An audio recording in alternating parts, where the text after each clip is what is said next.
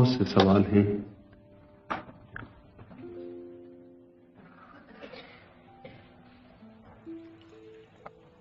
एक मित्र ने पूछा है,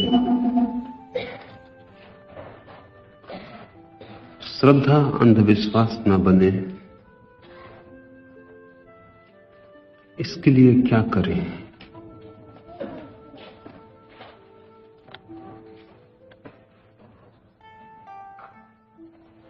पहली बात, श्रद्धा के परिणाम से निर्णित होता है कि श्रद्धा श्रद्धा है या अंधविश्वास है। आप किसी पर श्रद्धा करते हैं, वो आदमी गलत भी हो सकता है,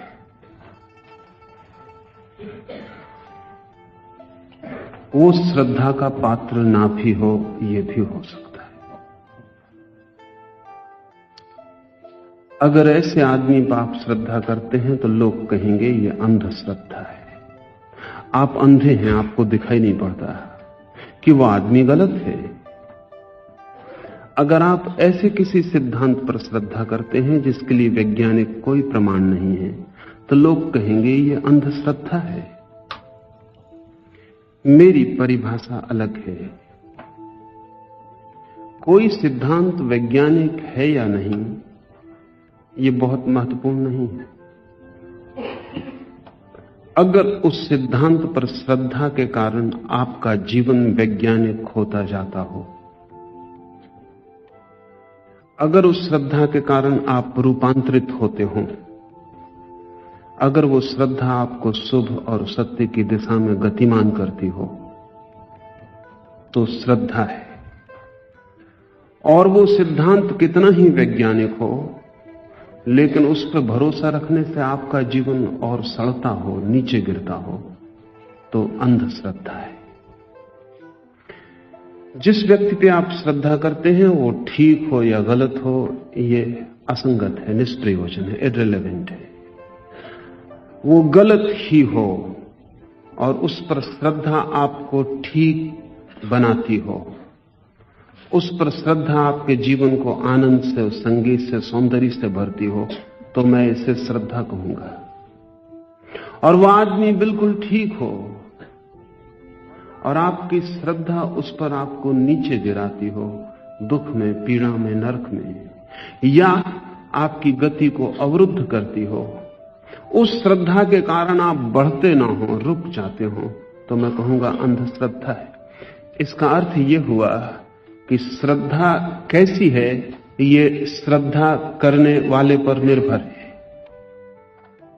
श्रद्धा ऑब्जेक्टिव, वस्तुगत नहीं है, विषयगत नहीं है, विषयीगत है, सब्जेक्टिव है। एक पत्थर की मूर्ति में आप श्रद्धा करते हैं। अगर ये श्रद्धा आपके भीतर नए फूलों को खिलने में सहयोगी होती है, तो मैं कहूंगा सम्यक श्रद्धा है। और खुद भगवान ही आपके सामने खड़े हों और आप उनमें श्रद्धा रखते हो, लेकिन वह आपको अंधेरे की तरफ ले जाती हो, तो मैं कहूंगा वो अंधविश्वास है। मेरा फर्क समझ लें। किस पर आपका विश्वास है ये महत्वपूर्ण नहीं है, निर्णायक नहीं है। आपका विश्वास आपके लिए क्या करता है, यही महत्वपूर्ण है और निर्णायक है। तब हर आदमी तौल सकता है कि उसकी श्रद्धा श्रद्धा है या अंधविश्वास है। अगर आपके विश्वास आपको कहीं भी नहीं ले जाते और आप जहां थे वहीं सड़ते रहते, तो वे अंधविश्वास है। क्योंकि श्रद्धा तो एक आग है, वह आपको जला देगी और बदल डालेगी। आग में हम डालते हैं सोने को, तो जो कचरा है वो जल जाता है, सोना बच जाता है। आग सच्ची है या झूठी, इसका और क्या सवाल सोना पूछ सकता है।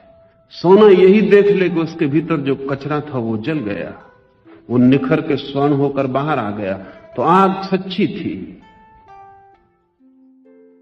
आग को जानने का सोने के लिए और उपाय भी क्या है? और अगर कचरा सब बचा हुआ साथ रह गया है तो आग झूठी थी। आप इसकी फिक्र मत करना कि किस पे आपकी श्रद्धा है, आप इसकी फिक्र करना कि आपको जो श्रद्धा है वो आग है या नहीं, वह आपको बदलती है या नहीं बदलती है। ये बड़े मजे की बात है। और इसलिए कई बार ऐसा होता है कि श्रद्धा जिस पर आपकी है वो शायद पात्र ना भी हो, लेकिन आप पात्र हो जाते हैं श्रद्धा के कारण। और रोज ऐसा होता है कि जिस पर आपकी श्रद्धा है वो पूरा पात्र है, लेकिन आपकी जिंदगी में कोई अंतर नहीं पड़ता, कोई क्रांति घटित नहीं होती, आप अपात्र ही रह जाते। मगर हम सब यही सोचते हैं कि जिसमें हमारी श्रद्धा है वो ठीक है या नहीं। आप सोचें दूसरे छोर से, जिसकी श्रद्धा है वो ठीक है या नहीं। आपकी श्रद्धा आपको भयभीत करती हो, अंधविश्वास है। आपकी श्रद्धा आपको अभय करती हो, श्रद्धा है। आपकी श्रद्धा आपको घृणा और क्रोध और वैमनस्य से भरती हो, अंधविश्वास है। आपकी श्रद्धा करुणा बन जाती हो, श्रद्धा है। अपने से तौलना और कोई दूसरा उपाय नहीं है। जो दूसरे से तौलने चलेगा उसे कभी भी कोई पात्र मिलने वाला नहीं है जिस पर वो श्रद्धा कर सके। कभी भी कोई पात्र मिलने वाला नहीं जिस पर वो श्रद्धा कर सके।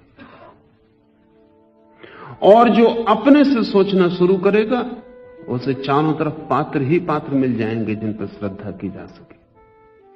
श्रद्धा ही चुकाती है।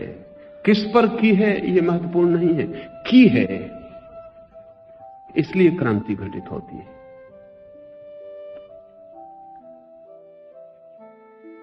सुना है मैंने, संत फ्रांसिस परम श्रद्धालु व्यक्ति थे और किसी पर भी भरोसा करते थे। उनका शिष्य था लियो, दोनों एक यात्रा पर थे। कोई भी साथ हो जाता फ्रांसिस के तो उसे साथ रख लेते। अक्सर तो कोई भी साथ होकर उनका सामान भी चुरा के ले जाता। एक रात टिकता, रात उनका बिस्तर, उनकी झोली, जो कुछ थोड़ा बहुत होता लेके चला जाता। लियो बहुत परेशान था, उनका शिष्य। वो कहता कि कम से कम जांच परख तो कर लेनी चाहिए। हर किसी को साथ ले लेते हैं और फिर तकलीफ उठाते हैं। ये आदमी पर भरोसा छोड़ो, इतने आदमी धोखा दे गए हैं फिर भी तुम्हारा आदमी पर भरोसा नहीं छूटता। तो संत फ्रांसिस कहता, वे सब मेरी श्रद्धा की परीक्षा ले रहे हैं। दो उपाय हैं। एक आदमी रात रुका है और चोरी करके चला गया, तो एक तो उपाय यह है कि सामान तो गया ही, जिसकी कोई कीमत नहीं, साथ श्रद्धा भी चली जाए जिसकी बड़ी कीमत है। तो संत फ्रांसिस ने लियो से कहा कि लियो, तुझे वो लोग ज्यादा नुकसान पहुंचा रहे हैं। सामान की तो बड़ी कीमत नहीं, लेकिन तेरी श्रद्धा भी नष्ट होती जा रही है। और संत फ्रांसिस ने कहा कि अगर ऐसे लोग मेरे साथ ठहरे जो भले हैं, तो मेरी श्रद्धा के लिए कोई कसौटी भी ना होगी। मैं आदमी पर भरोसा किए ही चला जाऊंगा, क्योंकि सवाल आदमी का नहीं, सवाल मेरे भरोसे का है। सवाल यह नहीं है कि आदमी पर मेरी श्रद्धा हो, सवाल यह है कि मेरी श्रद्धा हो। और अगर मैं आदमी पर भरोसा नहीं कर सकता तो फिर मैं किसी पर भी भरोसा नहीं कर सकूंगा। इसको अगर इस तरह से देखेंगे तो सारी दृष्टि और श्रद्धा मूल्यवान है। पत्थर पर है या परमात्मा पर, यह गौण है। पत्थर पर भी हो सकती है और तब पत्थर भी परमात्मा का काम देने लगता है। अंधविश्वास नपुंसक श्रद्धा है, उससे कुछ भी नहीं होता। उसे हम रखे रहते हैं मस्तिष्क के कोने में, वो किसी काम की नहीं है, उसका कोई उपयोग नहीं। इतने लोग ईश्वर में भरोसा करते, ये भरोसा झूठा होना चाहिए। क्योंकि अगर इतने लोग सच में ही ईश्वर में भरोसा करते हैं तो ये जगत इतना कुरूप नहीं हो सकता जितना कुरूप है। अगर इतने लोग सच में ही ईश्वर में भरोसा करते हैं तो इनकी जिंदगी में जो सुगंध, जो सुवास आनी चाहिए, उसका तो कहीं कोई पता नहीं चलता, सिर्फ दुर्गंध आती है। ये भरोसा झूठा है, ये भरोसा ऊपरी है, ये भरोसा दिखाऊ है। तो इसे मैं कहूंगा अंधविश्वास। जो क्रांति ले आए आपके जीवन में वो श्रद्धा है, और जो आपकी जिंदगी में एक स्थिरता लगा दे, स्टिग्नेंसी पैदा कर दे, और आप एक ही जगह बंद तालाब की तरह सड़ते रहे, वो अंधविश्वास है। जो मुल्क अंधविश्वासी हैं वो बंद डबरे में सड़ते रहते हैं। श्रद्धा तो एक बहाव है, एक तीव्र गति है। श्रद्धालु होना आसान नहीं है, क्योंकि श्रद्धा का अर्थ है अपने को बदलने की तैयारी। बुद्ध के पास अनेक लोग आते हैं, बुद्ध के पास आते हैं तो वे कहते हैं बुद्धम शरणम गच्छामि, हम बुद्ध की शरण जाते हैं। एक युवक वैशाली में बुद्ध के पास आया और उसने कहा कि मैं आपकी शरण आता हूं। तो बुद्ध ने पूछा, तुम मेरी शरण आते हो ये अपना उत्तरदायित्व टालने के लिए तो नहीं? ऐसा तो नहीं है कि अब से तुम समझो, अब से तुम्हारी कृपा से कुछ हो तो ठीक है। अगर ये शरण में आना सिर्फ दायित्व टालना हो तो तुम शरण नहीं आते, मेरे सिर पड़ते हो। और अगर ये शरण में आना सिर्फ एक आंतरिक क्रांति की शुरुआत हो तो वही सार्थक है। मेरे पास भी लोग आते, वो आके कहते हैं कि हम तो कमजोर हैं, हमसे तो कुछ हो नहीं सकता, अब आप संभालो। एक सज्जन अभी भी आए, वो 10 वर्ष से मुझे जानते, 10 वर्ष से मैं भी उन्हें जानता हूं। बस इस जानने के अतिरिक्त तो और कोई संबंध नहीं है। अभी आए और वो मुझसे बोले कि 10 वर्ष हो गए और अभी तक कुछ हुआ नहीं। मैंने पूछा कि मैं समझा नहीं। उन्होंने कहा 10 वर्ष से आपको जानता हूं, अभी तक कुछ हुआ नहीं, कुछ करके दिखाइए। अपराधी मैं हूं और उन्होंने काफी काम किया कि 10 वर्ष से मुझे जानते हैं।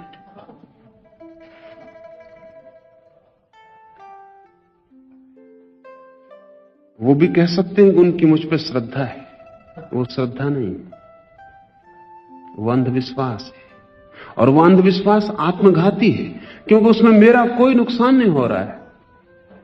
अगर वो इस भरोसे बैठे हैं कि मैं कुछ करूं और होगा, तो कभी भी नहीं होगा। उन्हें ही कुछ करना पड़ेगा। हां, कोई करने को तैयार हो तो ये सारा जगत उसको साथ देने को तैयार है। कोई बैठने को तैयार हो तो ये सारा जगत उसको बैठाने को भी तैयार है। अस्तित्व सहयोगी है। आप नरक जा रहे हैं तो अस्तित्व आपको नरक की तरफ ले जाता, आप स्वर्ग जा रहे हैं तो अस्तित्व आपको स्वर्ग की तरफ ले जाता। लेकिन जाते सदा आप, निर्णय आपका, दायित्व आपका। आपकी श्रद्धा आपको रूपांतरित करने की कीमिया बने तो समझना कि सम्यक श्रद्धा है।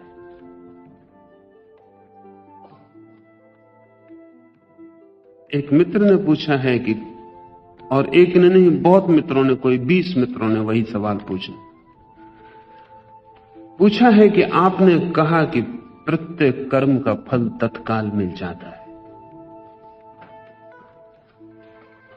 अगर प्रत्येक कर्म का फल तत्काल मिल जाता है तो फिर एक आदमी अंधा और एक आदमी गरीब और एक आदमी अमीर क्यों पैदा होते हैं? अगर तत्काल फल मिल जाता है तो फिर जन्म जन्म में भेद क्यों पड़ता है? ये भेद का कारण समझ लें। फल तो तत्काल मिलता है, फिर भी भेद पड़ता है। और भेद इसलिए पड़ता है कि तत्काल मिले हुए फल का जो इकट्ठा जोड़ है वो आप है। उसका जोड़ कहीं किसी ईश्वर के हाथ में नहीं है, वो जोड़ आप है। आप जो भी एक जिंदगी में करते हैं उस सब का परिणाम है। आपने एक जिंदगी में 1000 बार क्रोध किया तो आप वही आदमी नहीं हो सकते जिसने एक भी बार क्रोध नहीं किया। 1000 बार क्रोध किया, 1000 बार आपने फल पाया। जिस आदमी ने एक भी बार क्रोध नहीं किया उसने एक भी बार फल नहीं पाया।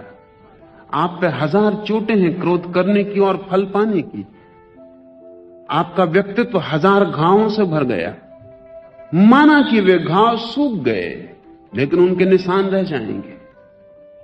उन निशानों का नाम संस्कार है। कर्म करते हैं हम, फल तत्काल मिल जाता है लेकिन संस्कार रह जाता है। संस्कार को समझ लेना जरूरी, थोड़ा सूक्ष्म। हम इस कमरे में एक पानी का गिलास लुढ़का दें, पानी बह जाएगा। सुबह धूप आएगी, पानी उड़ जाएगा, लेकिन एक सूखी रेखा कमरे में छूट जाएगी। वो सूखी रेखा पानी की है, पानी अब बिल्कुल नहीं। इसलिए उसको पानी का कहना ठीक नहीं मालूम पड़ता, क्योंकि पानी की एक बूंद भी नहीं रह गई वहां, सब उड़ गई है। वो सूखी रेखा पानी की है ये कहना उचित नहीं, लेकिन फिर भी पानी की ही है, क्योंकि पानी के बहने से ही बन गई थी इस कमरे की धूल पर। वो संस्कार है।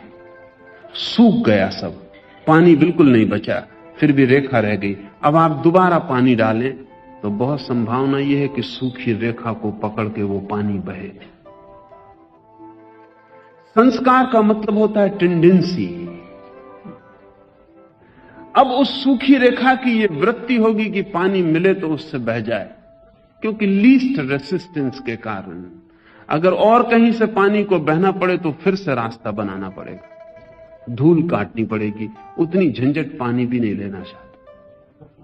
जहां धूल कटी है और रास्ता बना है उसी से बह जाता है। जिस आदमी ने कल दिन भर क्रोध किया, आज सुबह वो उठेगा क्रोध की रूखी रेखा के साथ, सूखी रेखा के साथ। वो सिर्फ टेंडेंसी है। फल तो उसे कल ही मिल गया, जब क्रोध किया तभी फल मिल गया, लेकिन क्रोध उसने किया और फल मिला तो उसके व्यक्तित्व में एक सूखी रेखा क्रोध की बन गई। आज सुबह जब वो उठेगा तो वो जो सूखी रेखा है वो तत्पर है। जरा सा भी मौका मिला, कोई भी वेग उठा, वो सूखी रेखा उसको बहा देगी अपने में से, क्रोध पुनः प्रकट हो जाए। जब हम एक जन्म के बाद पैदा होते हैं तो हम संस्कार लेके पैदा होते हैं। वो जो हमने पिछले जन्म में किया है और जन्मों जन्मों में किया है वही हमारा व्यक्तित्व है। वो सब सूखी रेखाएं लेकर हम पैदा होते हैं। इसलिए 2 बच्चों में भेद होता है। इसलिए नहीं कि उनके पिछले जन्मों का कर्मों का फल उनको अभी भोगना है।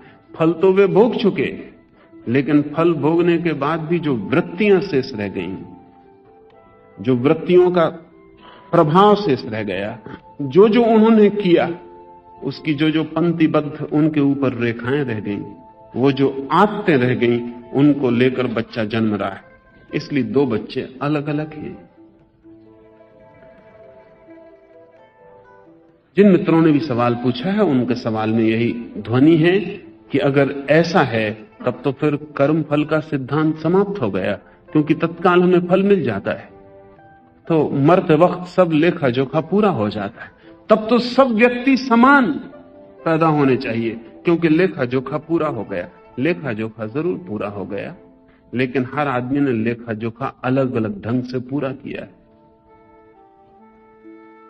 और हर आदमी के लेखे जोखे में अलग अलग घटनाएं घटी, और हर आदमी ने अलग अलग संस्कार अर्जित कर लिए।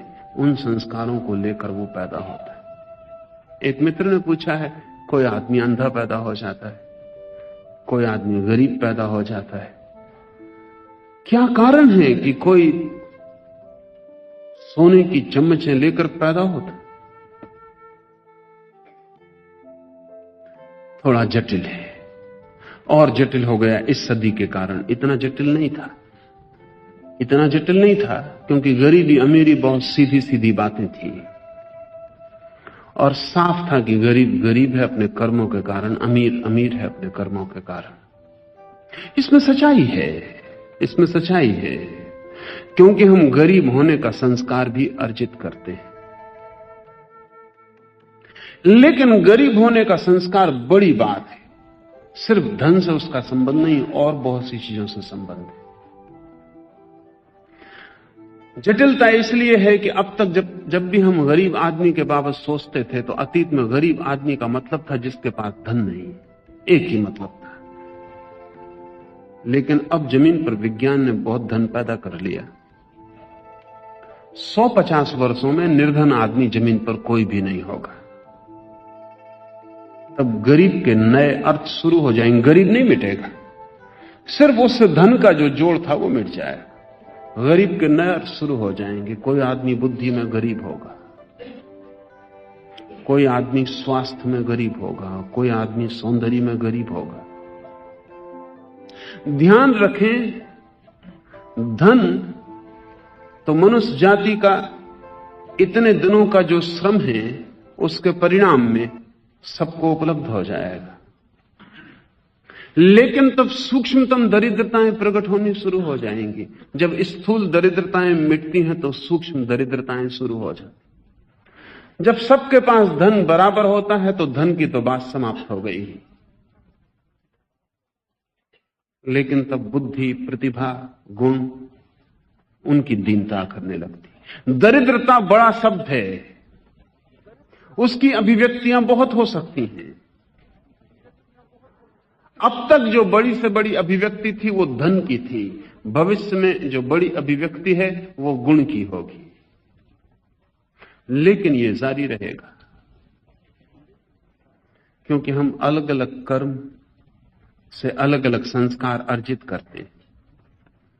कुछ लोग दरिद्र होने की आदत लेके पैदा होते हैं, कुछ लोग समृद्ध होने की आदत लेके पैदा होते हैं। जो लोग समृद्ध होने की आदत लेकर पैदा होते हैं उनको भिखारी भी बना के रास्ते पे खड़ा कर दो तो भी उनकी चाल में सम्राट की रौनक होगी। जो लोग दरिद्र होने की आदत लेकर पैदा होते हैं, देखो बड़े बड़े महलों में भी बैठ के उनसे ज्यादा दरिद्र आदमी खोजना मुश्किल हो जाए। कंजूस आदमी वो है जो दरिद्र होने की आदत लेकर पैदा हुआ है। धन भी उसके पास आ जाए तो उसको खर्च नहीं कर पाता। धन तो मिल भी सकता है समाज की व्यवस्था से, लेकिन खर्च करने की जो आदत है, उसे धन को भोग लेने की जो आदत है, वो बहुत गहरा संस्कार है। तो एक आदमी को आप धनी बना दें और आप अचानक पाएंगे कि इतना दरिद्र वो पहले नहीं था जितना आप हो गया। अक्सर ऐसा होता है कि गरीब आदमी कंजूस नहीं होते, क्योंकि जब बचाने को ही कुछ नहीं होता तो क्या बचाना। एक गरीब आदमी को थोड़े रुपए दे दें, और जिसको भारत में हम बहुत दिन से जानते हैं, हम कहते रहे 99 का चक्कर। एक आदमी को 99 रुपए दे दें, अब उसकी एक ही इच्छा होगी कि कैसे 100 हो जाए। ये इच्छा बड़ी स्वाभाविक है। और उसको आज जो 1 रुपया मिलेगा वो आज भूखा सो जाना चाहेगा, 100 कर लेना चाहेगा। लेकिन जब एक दफा मन को 99 से 100 करने का रस लग जाता है तो फिर 100 से 1 करने का, फिर 1 से 2 करने का वो रस बढ़ता चला जाता है। पुरानी कथा है पंचतंत्र में। एक सम्राट सदा अपने नाई से पूछता था कि तू इतना प्रसन्न कैसे है, तेरे पास कुछ भी नहीं है।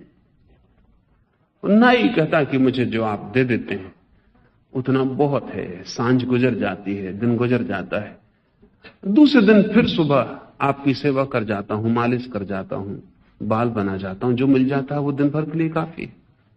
फिर अचानक एक दिन सम्राट ने देखा कि नाई उदास है और नाई बड़ा बेचैन है और लगता है रात भर सोया नहीं। तो सम्राट ने पूछा कि आज तेरे हाथों में ताकत नहीं मालूम पड़ती और रात तू सोया नहीं, ऐसा लगता है तेरी आंखों में नींद है, कहीं तू भी 99 के चक्कर में तो नहीं पड़ गया? उस नाई ने पूछा, आपको कैसे पता चला? उसने कहा कि पागल, तू झंझट में मत पड़ना, ये मेरे वजीर की करतूत है, कल उससे मेरा विवाद हो गया। और मैंने कहा कि नाई बड़ा शांत संयमी आदमी, उसने कहा कि कुछ मामला नहीं, सिर्फ 99 उसके पास नहीं। तो उसने मुझसे कहा था, आज रात जाके मैं 99 की एक थैली उसके घर में फेंकाऊंगा, सुबह देख लेना। तू पड़ गया झंझट में। तू रात भर क्या सोचता रहा? वो बोला कि मैं रात भर यही सोचता रहा कि सो कैसे हो जाए। रात तो मैं सो ही नहीं सका, पहली रात में नहीं सो सका, और कभी मेरे पास कुछ नहीं होता था, मैं मजे से सोता था। ये 99 ने ठीक 100 का ख्याल दे दिया। ये वैसे ही जैसे दांत टूट जाए और जीभ वहीं वहीं जाने लगे। वो जो 100 है वो खाली गड्ढा है, जीभ वहीं वहीं जाने लगी। रात भर सो नहीं सका। सम्राट ने कहा, अगर तू समझ तो 99 की थैली फेंक देनी, तू मरेगा दुख में। हम मर ही रहे हैं पहले से, हमारी तरफ देख। 100 होने से कुछ भी ना होगा, 99 होना खतरा है, 100 होने से कुछ भी ना होगा। फिर एक दफा यात्रा शुरू हो गई तो तू मुश्किल में पड़ जाए। लेकिन उस ननाई ने कहा, महाराज एक दफा तो जीवन में मौका मिला, 100 तो कर लेने दें। लेकिन उस दिन के बाद नाई कभी सुखी नहीं हो सका, कोई भी नहीं हो सकता। होता क्या है, लोग आदत लेके पैदा होते हैं, परिस्थिति मौका बनती उस आदत के प्रकट होने का या रुक जाने का।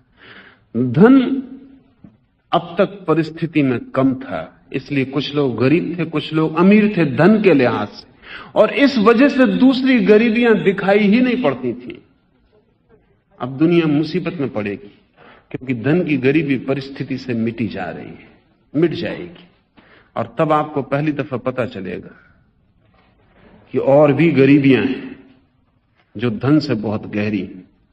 वैज्ञानिक कहते हैं कि 5% लोग ही केवल प्रतिभाशाली होते हैं, केवल 5%।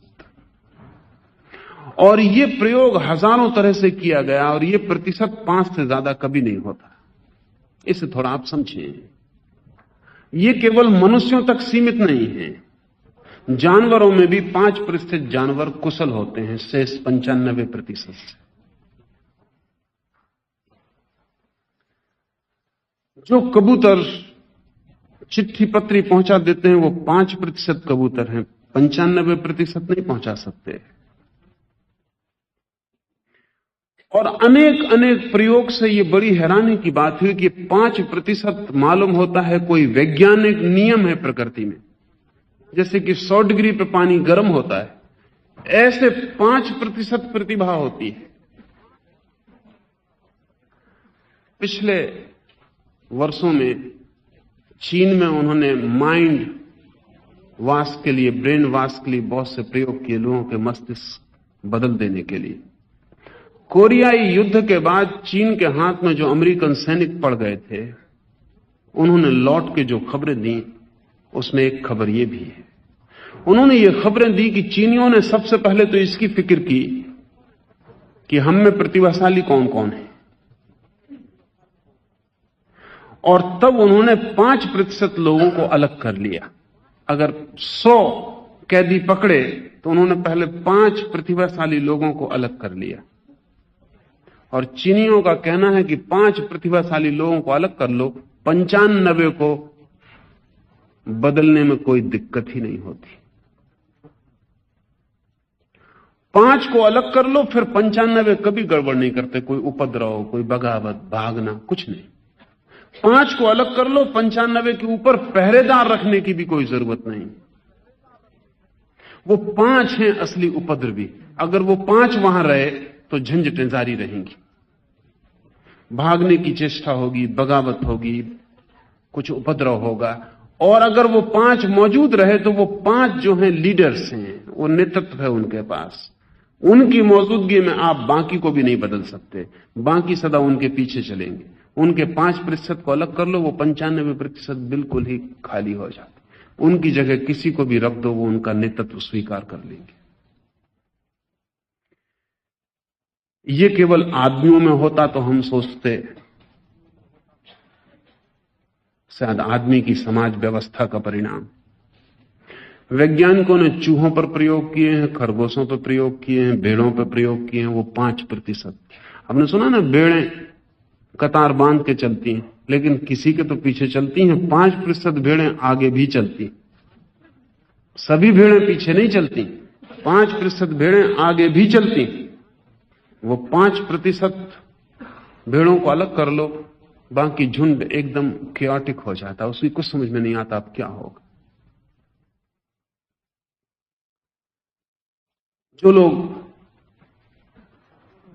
जू में काम करते हैं, अजायब घरों में काम करते हैं, जहां बड़े बड़े लंदन या मास्को में जहां बड़े बड़े अजायब घर हैं, उन अजायब घरों में काम करने वाले लोगों को पता है कि जब भी नए बंदर आते हैं तो उनमें से 5% तत्काल अलग कर लेने होते हैं। वो लीडर्स, पॉलिटिशियंस, उनको अलग कर लेने, वो उपद्रव मचा देंगे।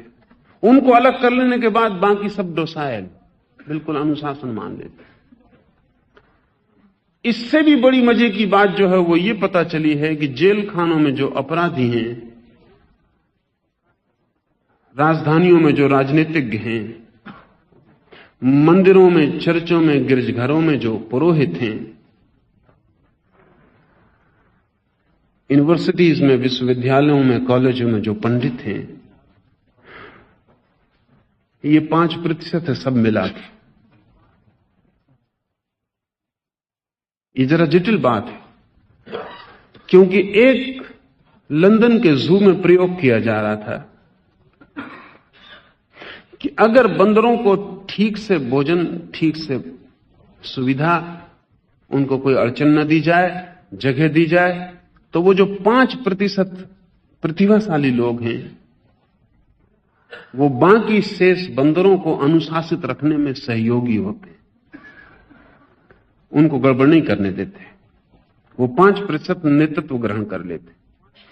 अगर तकलीफ दी जाए, भोजन कम हो, सुविधा कम हो, अड़चन हो, तो वो 5% क्रिमिनल हो जाते हैं, अपराधी हो जाते हैं, और वो 5% बाकी को उपद्रव करवा के हड़ताल या कुछ न कुछ करवाते हैं। वैज्ञानिकों का यह कहना है कि अपराधी और राजनीतिक एक ही सिक्के के दो पहलू हैं। इसलिए आप कभी देखें, जब तक राजनीतिक ताकत में नहीं होता तब तक वो हड़ताल करवाता है, जब वो ताकत में हो जाता तब वो हड़ताल तोड़वाता है। ये वही बंदर वाला नियम, उसमें कुछ फर्क नहीं है। जब तक राजनीतिक ताकत के बाहर है तब तक वो सब तरह के उपद्रव को क्रांति कहता है। जब वो ताकत में आ जाता, सब तरह की क्रांति को उपद्रव कहता है। जब वो ताकत में होता है तब वो कहता है कि लोग अपराधी हैं जो उपद्रव कर रहे हैं। जब वो ताकत के बाहर होता तब वो कहता है कि लोग बगावती हैं, विद्रोही हैं। उसकी भाषा बदल जाती। ताकत में आते से वो अनुशासन की बात करता है, और वो कहता है अगर अनुशासन रहेगा तो सुख शांति सब आ जाएगी। ताकत के बाहर कर दो कि वो कहता है बगावत चाहिए, क्रांति चाहिए। बिना क्रांति के कुछ भी नहीं हो सकता, क्रांति से ही सुख आएगा। लेकिन चाहे अपराधी हो, चाहे राजनीतिक हो, ये 5% ही है मनुष्य के पास। आदमियों को छोड़ दें, पशुओं को छोड़ दें, जिन लोगों ने वनस्पति पर बहुत जीवन भर प्रयोग किए हैं, वो कहते हैं कि अफ्रीका के जंगल में भी जो वृक्ष सारे परेशानी, संघर्ष को पार करके जंगल के ऊपर उठ के सूरज तक पहुंच जाते हैं, उनकी संख्या 5% है।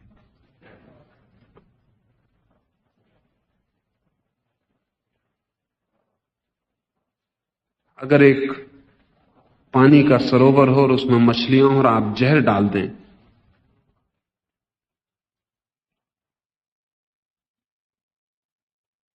तो 5% मछलियां ही हैं जो उस जहर से बचने की चेष्टा करती,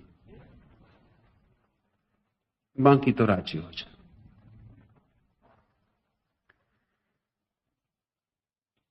आपके शरीर में जब कोई बीमारी प्रवेश करती है तो आपके शरीर के सेल्स में भी 5% ही हैं जो उसको रेसिस्ट करते, उसको लड़ते। अगर वो 5% अलग कर दिए जाए आपके शरीर में, फिर कोई रेसिस्टेंस, कोई अवरोधक शक्ति नहीं रह जाती, तब कोई भी बीमारी प्रवेश कर सकती। गरीबी मिटानी बड़ी मुश्किल बात है। वो 5% किसी ना किसी अर्थ में अमीर होंगे ही। अर्थ बदल सकते हैं, कभी उनकी अमीरी मकान की होगी, कभी उनकी अमीरी ताकत की होगी, कभी उनकी अमीरी ज्ञान की होगी, कभी उनकी अमीरी काव्य की, कला की होगी, लेकिन एक हिस्सा अमीर होगा, एक हिस्सा गरीब होगा। गरीबी और अमीरी का यह संदर्भ अगर ख्याल में रहे तो समाजवाद या साम्यवाद से संस्कार और कर्म के सिद्धांत में कोई अंतर नहीं पड़ता है।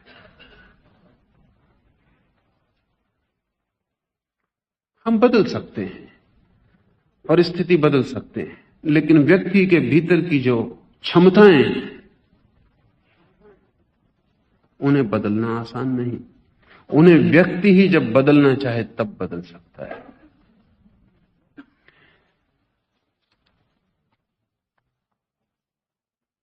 पूछा है कि जब हम पुनर्जन्म लेते हैं तो हिसाब किताब कहां रहता, क्या रहता है? आप हैं हिसाब किताब, आपके अलावा कहीं हिसाब किताब नहीं रहता, कोई जरूरत नहीं है। आप ही हैं करने वाले, आप ही हैं भोगने वाले, आप ही हैं हिसाब किताब। आप खाता वही हैं पूरा अपना। जो जो आप कर रहे हैं वो प्रतिपल आपको बदल रहा है। हर कृत्य आपकी बदलाहट है और हर कृत्य आपका जन्म है और हर कृत्य के साथ आप नया आदमी अपने भीतर निर्मित कर रहे हैं। वही है हिसाब किताब। अलग रखने की कोई भी जरूरत नहीं, कोई प्रयोजन भी नहीं। आपको जान के ही आपका पूरा हिसाब किताब जाना जा सकता है। आपका एक एक कृत्य बताता है कि आपकी आदतें क्या हैं, गहरे संस्कार क्या हैं। अब जैसे मैंने संत फ्रांसिस की बात कही, यह आदमी कहता है कि मुझे कोई धोखा दे जाए तो भी मैं भरोसा ही करूंगा। ये इसके गहरे संस्कार की खबर है। इसने भरोसे का संस्कार बनाया है, तो कोई आदमी धोखा देके इतनी आसानी से तोड़ नहीं सकता। बहुत मुश्किल है इसके संस्कार को तोड़ना। और जब इसका संस्कार टूटता नहीं धोखा देने से, तो और मजबूत हो जाता है। प्रत्येक चीज मजबूत होती है पुनरुक्ति से। आपको कोई धोखा ना भी दे, कोई आदमी आपके कमरे में ऐसे ही चला आए, तो ही जो पहला ख्याल उठता है वो भरोसे का नहीं होता। अभी इसने कुछ किया नहीं, ना आपका गर्दन दबाई, न कोई आपका सामान ले भागा, लेकिन जो पहला ख्याल आपके भीतर उठता है वो ये उठता है कि पुलिस को आवाज दें, क्या करें। ये अभी इसने कुछ भी तो नहीं किया, अभी इसके संबंध में कोई भी निर्णय उचित नहीं है लेना, लेकिन आपने निर्णय गहरे में ले ही लिया। ऐसा है कुछ कि हमें कोई आदमी बुरा है इसके लिए प्रमाण की जरूरत नहीं होती, वो तो हमारे संस्कार से मिल जाती खबर हमें। कोई आदमी भला है तो हमें प्रमाण की जरूरत होती है। गैर भरोसा हमारी आदत है, भरोसा हमारी मजबूरी है। कोई मानता ही नहीं और ऐसा व्यवहार किया जाता है कि हमें भरोसा करना पड़ता है, लेकिन गैर भरोसा हमारी आदत है। आपको लगता है कि आप कभी कभी क्रोध करते हैं, गलती है आपकी। आप क्रोध आपकी आदत है। आप कभी कभी ऐसा होता है जब क्रोध में नहीं होते, लेकिन इतना कम होता है ये कि आपको पता ही नहीं चलता। इसलिए आप सोचते हैं कि कभी कभी आप क्रोध में होते हैं।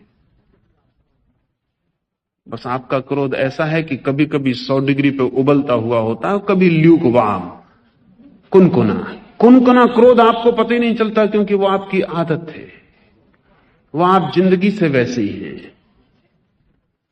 कभी कभी जब ये कुनकुना क्रोध भी नहीं होता आप में, तब क्षण भर को आपको झलक मिलती है प्रेम की, अन्यथा नहीं मिलती। फिर कठिनाई यह है कि जितना आपका क्रोध का संस्कार है उतना ज्यादा आप क्रोध करते हैं, जितना ज्यादा क्रोध करते हैं उतना संस्कार मजबूत होता चला जाता है। हम अपने ही कारागृहों में बंद होते चले जाते हैं। इसे कहीं से तोड़ना पड़े। दो बातें ख्याल रखें। एक, अगर मैं कहता कि आपका कर्म का फल आप भोग रहे हैं तब तो तोड़ने का कोई उपाय नहीं था। समझ लें फर्क। अगर मैंने कोई कर्म किया है और उसके कारण मैं आज क्रोधित हो रहा हूं तो मुझे होना ही पड़ेगा, कोई उपाय नहीं। लेकिन मैं कहता हूं कर्म का फल तो तत्काल मिल जाता है, सिर्फ संस्कार रह जाते हैं। संस्कार का अर्थ है केवल एक खास ढंग का काम करने की वृत्ति, मजबूरी नहीं। इसलिए आप चाहें तो तत्काल अपने को बदल सकते हैं, चाहें तो तत्काल बदल सकते हैं, क्योंकि यह सिर्फ केवल एक आदत है। कभी आपने ख्याल किया कि कुछ बातें आप केवल आदत के कारण किए चले जाते हैं, केवल आदत के कारण, कुछ और वजह नहीं होती। आदत को तोड़ना कठिन है लेकिन असंभव नहीं है। और कभी कभी जरा सी बात आदत को तोड़वा देती है, जरा सी बात। अभी अमेरिका के कुछ मनोवैज्ञानिक जो रियल थेरेपी के प्रतिपादक हैं, वो कहते हैं एक यथार्थ मनोचिकित्सा, वो बड़े अनूठे प्रयोग कर रहे हैं और बड़े काम के प्रयोग हैं। वो कहते हैं एक आदमी को जिंदगी भर समझाओ कि सिगरेट मत पियो मत पियो, 25 दफा छोड़ता है फिर शुरू कर देता है, शराब पीता है छोड़ता है फिर शुरू कर देता है, कोई उपाय नहीं होता। वो कहते हैं आपकी थेरेपी रियल नहीं है, यथार्थ नहीं, क्योंकि शराब है वास्तविक चीज और आपका समझाना है केवल शब्द।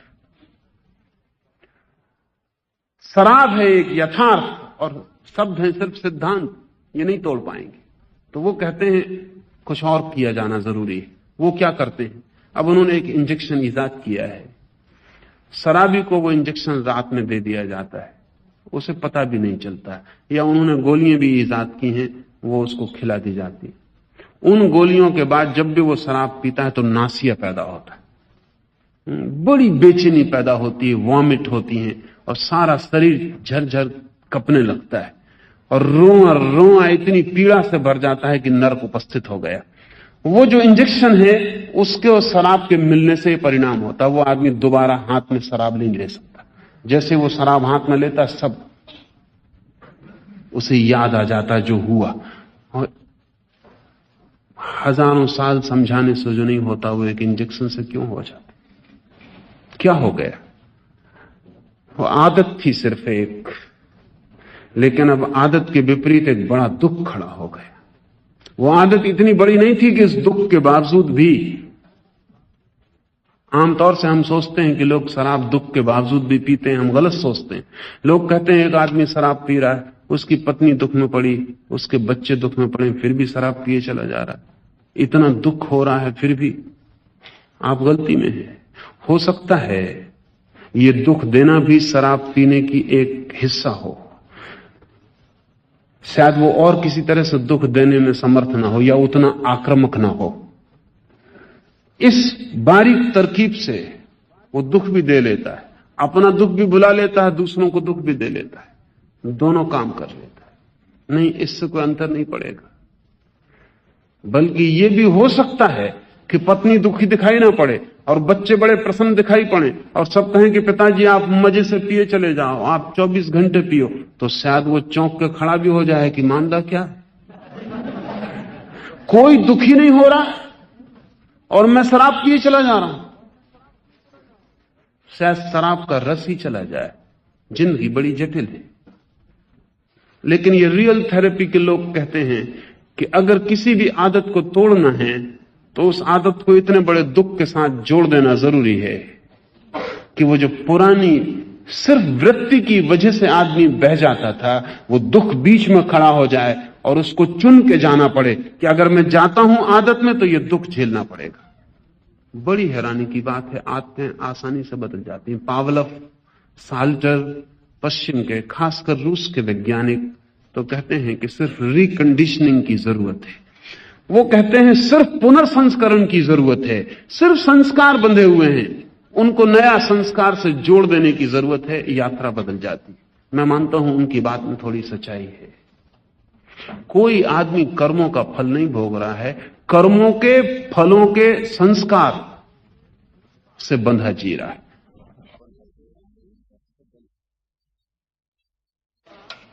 संस्कार मजबूत है अगर आप उसके साथ बहते हैं, कमजोर है अगर आप निर्णय करते हैं और रुक जाते हैं। इसलिए ऐसा कोई भी कृत्य नहीं है जिसे आप न रोक सकते हो, और अगर आप कर रहे हैं तो आप ही जिम्मेवार हैं। और अपने मन को ऐसा मत समझाना कि क्या करें, जन्मों जन्मों का कर्म फल है, भोगना ही पड़ेगा। ये भी होशियारी है। ये भी जो आप करना चाहते हैं उसको करते रहने की नीयत, और कुछ भी नहीं। ये भी जस्टिफिकेशन है, ये भी आप अपने को न्यायोचित ठहरा रहे हैं। बड़े मजे की बात है कि कर्म का सिद्धांत तो धर्म का अंग था, और हमने कर्म के सिद्धांत से अपने सब अधर्म के लिए सहारा खोज लिया। क्या कर सकते हैं? हाथ के बाहर है बात। जो हो चुका वो हो चुका, वो भोगना ही पड़ेगा। जो हो चुका वो आप भोग चुके हैं। अगर आप पुनः उसे दोहरा रहे हैं तो ये केवल एक बार बार दोहराई गई आदत है, किसी कर्म का फल नहीं। हर बार दोहरा के फल पाएंगे और हर बार आदत मजबूत होती चली जाएगी। धीरे धीरे आदमी आदतों का एक पुंज ही रह जाता है। हम सब आदतों के पुंज। इन आदतों को बदलना हो तो संकल्प की जरूरत है, और संकल्प की शुरुआत इससे होती है कि आपको यह ख्याल में आ जाए कि यह बदली जा सकती है। अगर आपको यह ख्याल है कि यह बदली ही नहीं जा सकती तो आपका संकल्प बिल्कुल मर जाएगा। एक जर्मन यहूदी फ्रेंकल पिछले महायुद्ध के वक्त जर्मनी के एक बड़े कारागृह में बंद था। उसने लिखा है, बड़ी हैरानी की बातें लिखी। उसने अपने संस्मरणों में लिखा है, क्योंकि वो एक मनस्विद है, वो निरीक्षण करता रहा क्या हो रहा है। दिसंबर करीब आ रहा था, त्योहार के दिन करीब आ रहे थे, और सभी कैदियों को यह आशा थी कि कम से कम क्रिसमस के करीब छुटकारा हो जाएगा, क्रिसमस के करीब हिटलर दया करेगा और लोग छोड़ दिए जाएंगे। फ्रेंकल ने लिखा है कि क्रिसमस तक कितनी ही तकलीफें दी गई कैदियों को, कोई नहीं मरा। लोग बीमार रहे, लेकिन एक आशा थी। क्रिसमस करीब आ रहा है, उस आशा के साथ प्राण में बल था। उसने लिखा, जिस दिन क्रिसमस निकल गया उसके 15 दिनों में अनेक लोग मरे क्रिसमस के बाद। और उसका कहना है कुल कारण इतना था उस 15 दिन में मरने वालों का कि सब आशा टूट गई। क्रिसमस पर भी छुटकारा नहीं मिला, अब कोई आशा नहीं। जब आशा नहीं रह जाती तो जीवन ऊर्जा क्षीण हो जाती। जिस कारागृह में फ्रेंकल बंद था उसमें एक एटॉमिक भट्टी थी, जिसमें हजारों कैदियों को इकट्ठा रख के क्षण भर में राख किया जा सकता था। रोज हजारों कैदी राख होते थे, रोज उस भट्टी की चिमनी से धुआं निकलता था। फिर उनको कारागृह बदला गया। कोई 500 कैदी फ्रेंकल के साथ दूसरे कारागृह में भेजे गए। 2 दिन पैदल उन्हें चलाया गया। ठंडी रातें, नंगे पैर, बिना कपड़ों के, भूखे प्यासे उन्हें चलाया गया। बिल्कुल थके हुए, मुर्दा, मरे हुए वो किसी तरह पहुंचे। आधी रात में जब वो पहुंचे कारागृह में तो उनकी जांच पड़ताल होने में पूरी रात लग गई। एक एक आदमी को अंदर करने में जांच पड़ताल करके अंदर किया गया। फ्रेंकल ने लिखा है, इतनी यातना, इतनी यात्रा, इतनी थकान, भूख, परेशानी, और रात जब हम खड़े थे 12 बजे मैदान में क्यों लगा के, तो ओले पड़ने लगे, बर्फ पड़ने लगी, लेकिन फिर भी सब गीत गा रहे थे, गुनगुना रहे थे, मजाक चल रही थी, लोग हंसी कर रहे थे। और कुल कारण इतना था कि उस जेल खाने में चिमनी नहीं दिखाई पड़ रही थी। वो जो चिमनी थी पिछले जेल खाने में वो नहीं थी। सब दुख भूल गया। ये 2 दिन की यात्रा, ये वर्षों की तकलीफ सब भूल गई। ये बर्फ पड़ रही है ये भूल गया। लोग गीत गुनगुनाने लगे। फ्रेंकल ने लिखा, मैंने पहली दफा मेरे साथी कैदियों को गीत गुनगुनाते, पुरानी मजाकें दोहराते, एक दूसरे से कहानियां कहते पहली दफा सुना। तो मैं बहुत हैरान हुआ कि बात क्या है। तब थोड़ी देर में पता चला कि वो चिमनी नहीं दिखाई पड़ रही, वहां आसपास थे। कितनी ही तकलीफ होगी, मौत अभी करीब नहीं।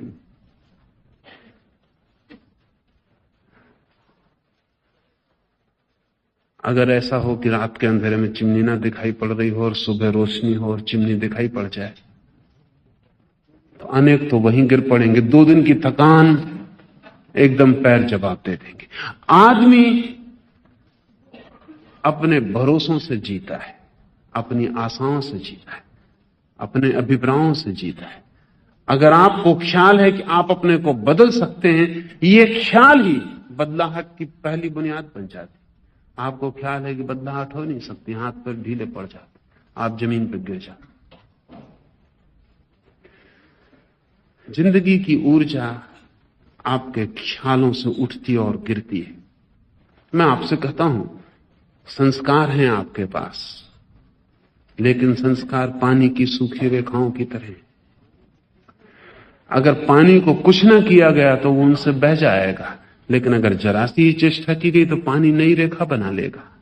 पुरानी रेखा कोई नियति नहीं है कि पानी उसी से बहे। कुछ न किया गया, पैसिवली पानी छोड़ दिया गया तो पुरानी रेखा से बहेगा। लेकिन अगर जरा सी भी चेष्टा की गई तो पुरानी रेखा मजबूर नहीं कर सकती पानी को बहने के लिए। बस इतना ही संस्कार है आदमी पर।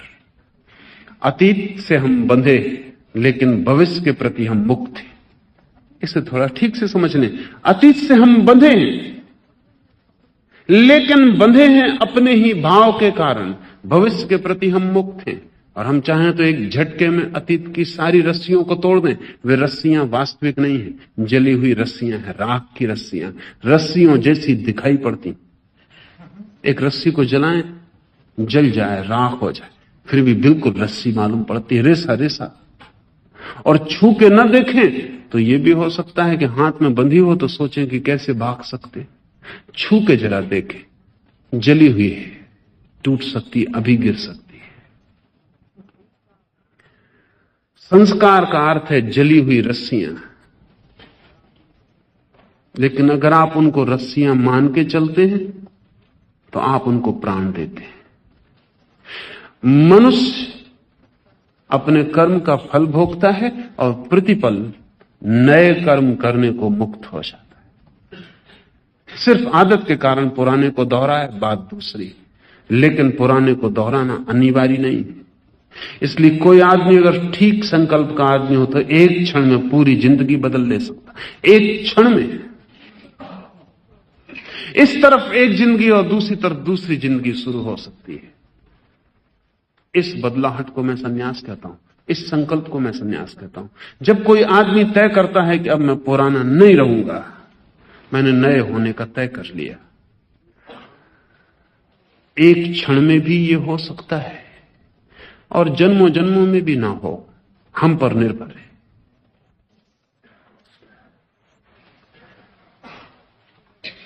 एक मित्र ने पूछा है कि हर प्रवचन के अंत में आप कीर्तन पर क्यों जोर देते हैं? कीर्तन के संबंध में थोड़ा सा समझाइए। कीर्तन के संबंध में समझाना जरा मुश्किल है, क्योंकि समझ के जो परे है उसी को कीर्तन कहते हैं। और जोर इसलिए देता हूं कि आपकी समझ बहुत थक गई होगी, अब थोड़ा नासमझी का काम पीछे कर ले।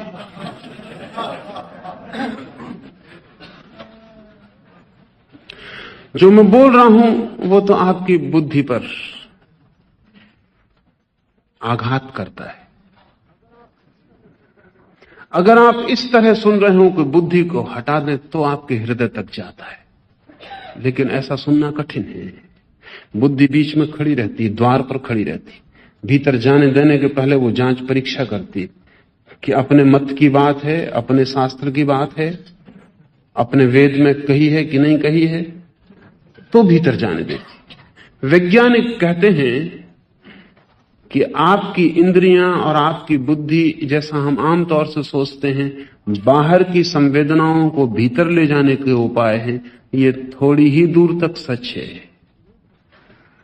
केवल 2% चीजों को भीतर जाने दिया जाता, 98% चीजों को बाहर रोक दिया जाता। ये जरूरी भी है।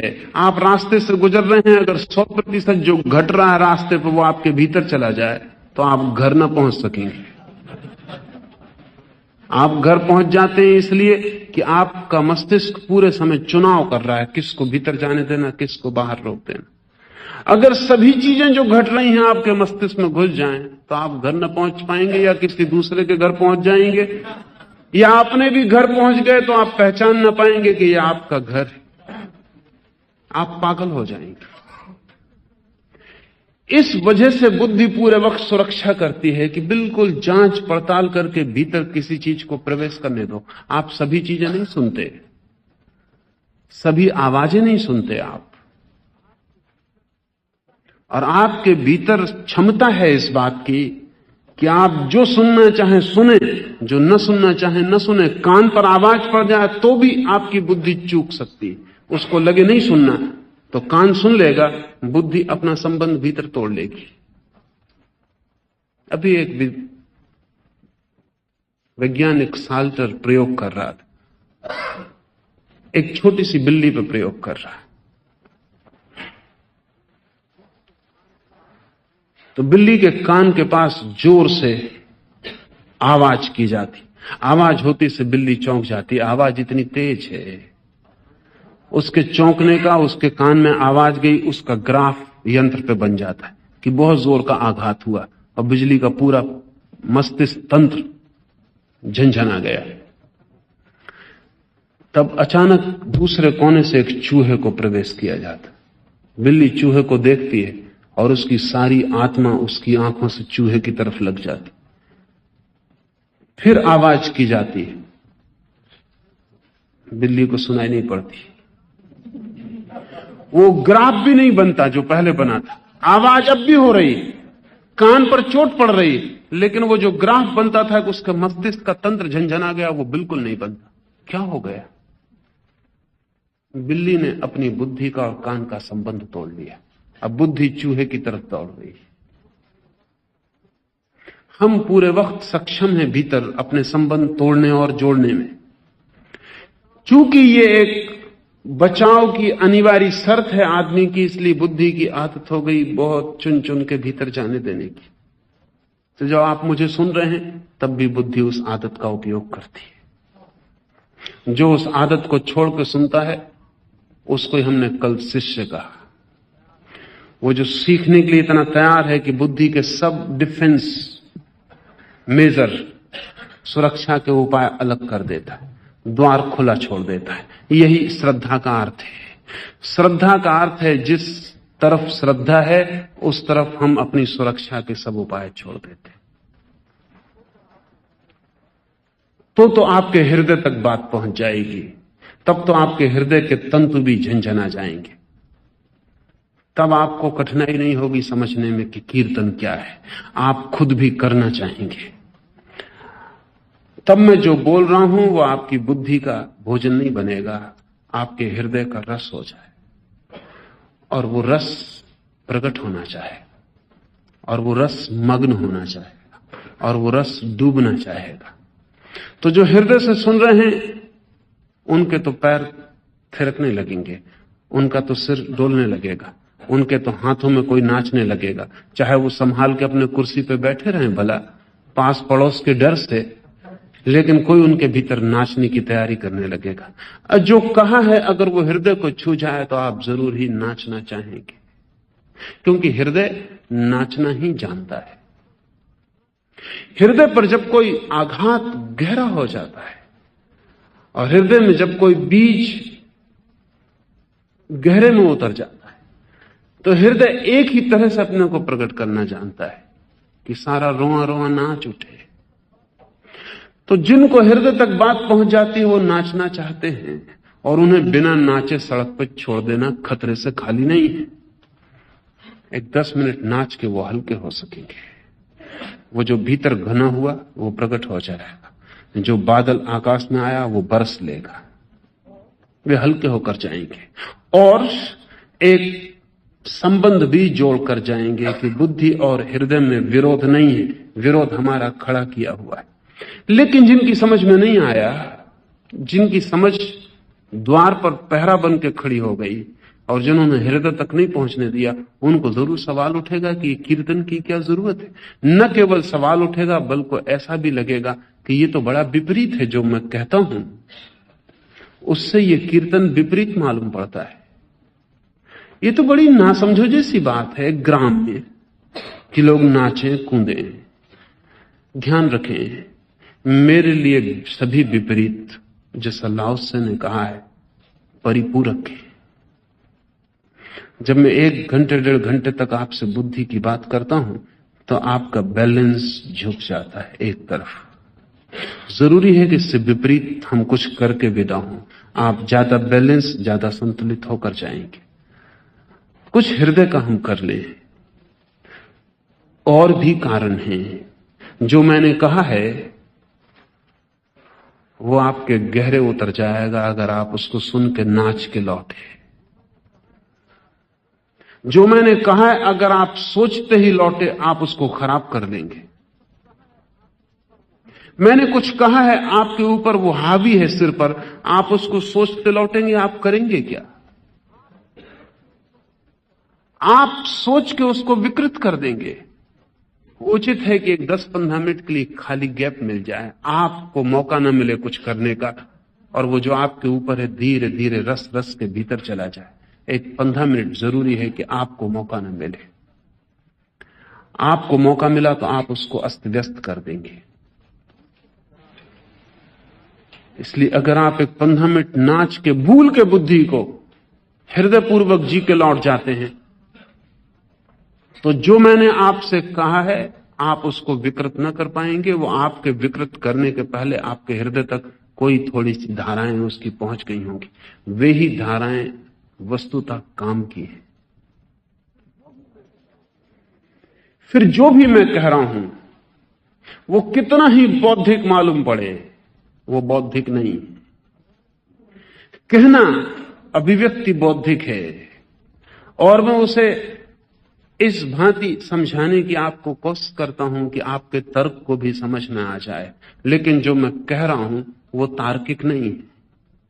तर्क केवल माध्यम है, शब्द केवल उपाय है। जो मैं कह रहा हूं वो बिल्कुल अतर्क है, और जो मैं कह रहा हूं वो विचार के अतीत है।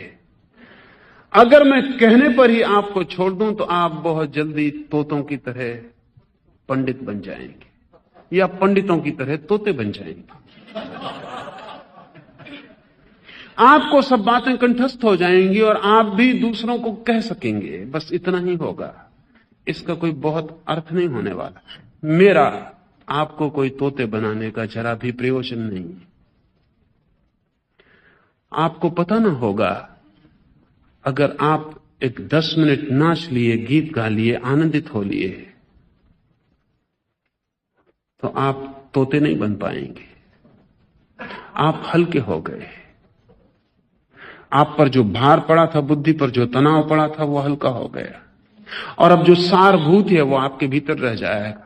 जो शब्द हैं वो तिरोहित हो जाएंगे। ये कीर्तन इसलिए कि जो मैंने आपसे कहा है उसके शब्द भूल जाएं और उसका सत्य आपके साथ रह जाए। ये कीर्तन इसलिए कि जो मैंने आपसे कहा है उसका माध्यम ना पकड़ जाए, कंटेनर ना पकड़ जाए, कंटेंट, उसकी सार वस्तु आप में रह जाए। तो मैं नहीं कहता आपसे कि जो मैं कहता हूं उसे आप याद रखें। मैं कहता हूं आप कृपा करके भूल जाएं, आप उसे याद मत रखें।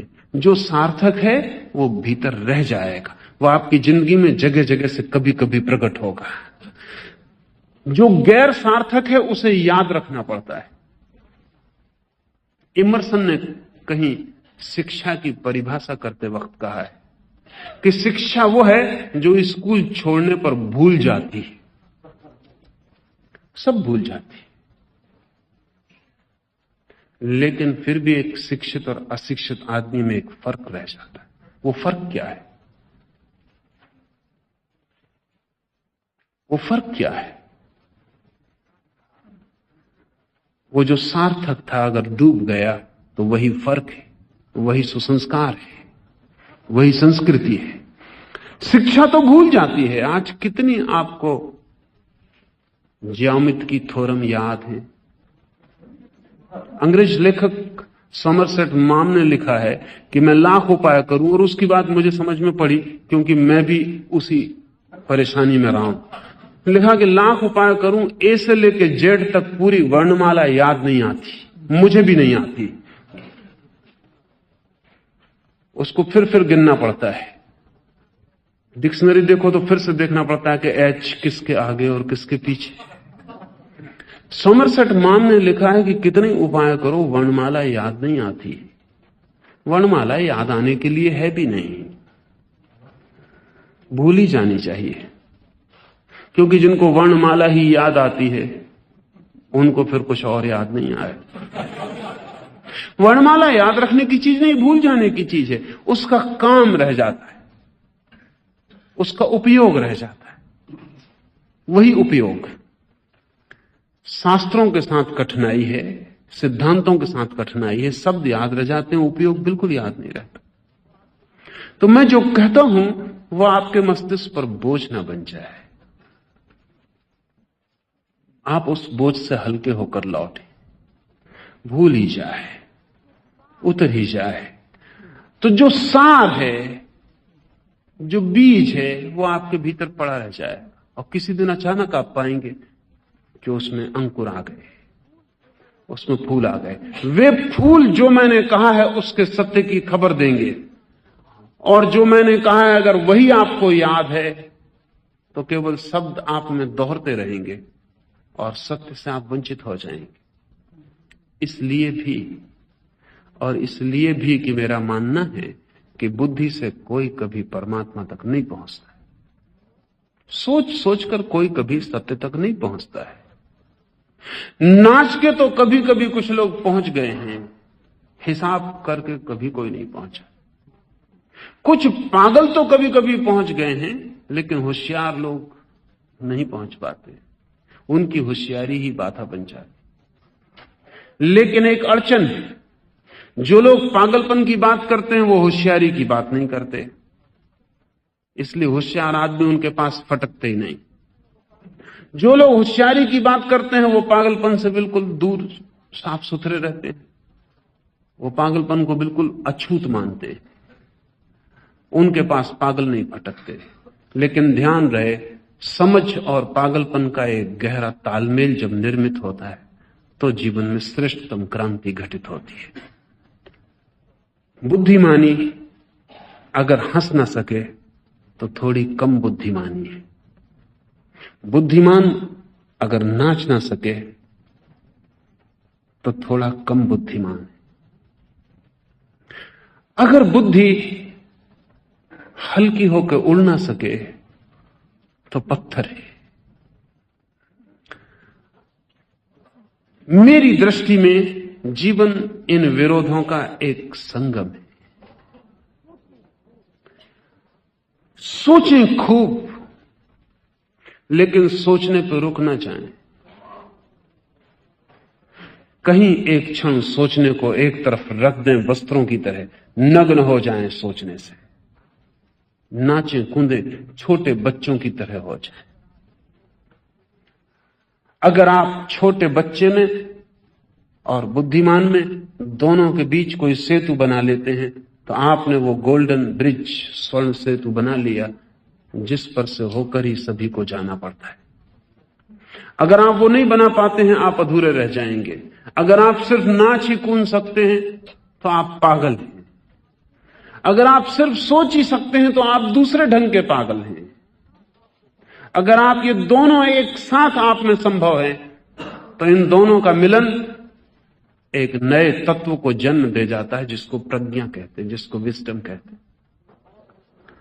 इसलिए भी एक और मित्र ने पूछा है कि हमने बहुत कीर्तन देखे, लेकिन कीर्तन में एक व्यवस्था होती है, ढंग होता है। ये यहां जो होता है बिल्कुल बेढंगा है, इसमें कोई व्यवस्था नहीं। कोई कैसा ही नाचता कूदता है, कोई कैसा ही चिल्लाता है। उनका ख्याल ठीक ही है, जान के ही ये अव्यवस्था है। ऐसा कहिए कि व्यवस्थित है, व्यवस्था से ही ये अव्यवस्था है। ये कोई अकारण नहीं हो रहा है, क्योंकि मेरा मानना है कि जब कोई व्यवस्था से नाचता है तो नर्तक हो सकता है, कीर्तन नहीं।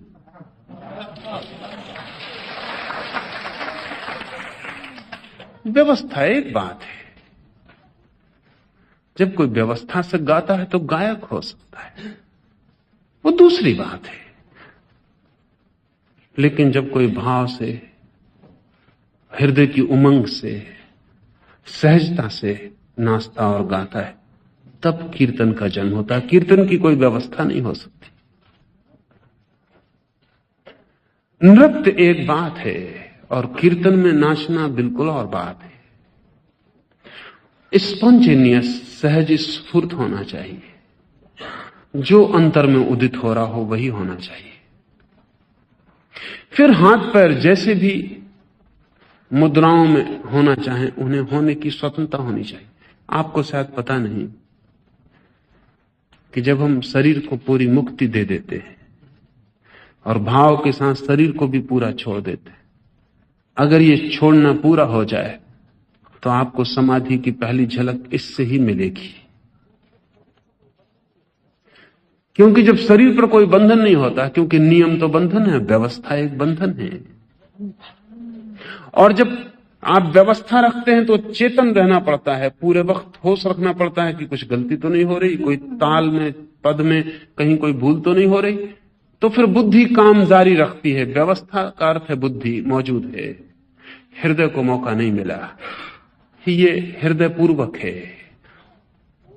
तो आप अगर यहां कौन कैसा भूल चूक कर रहा है ये देख रहे हैं, आप गलती जगह आ गए।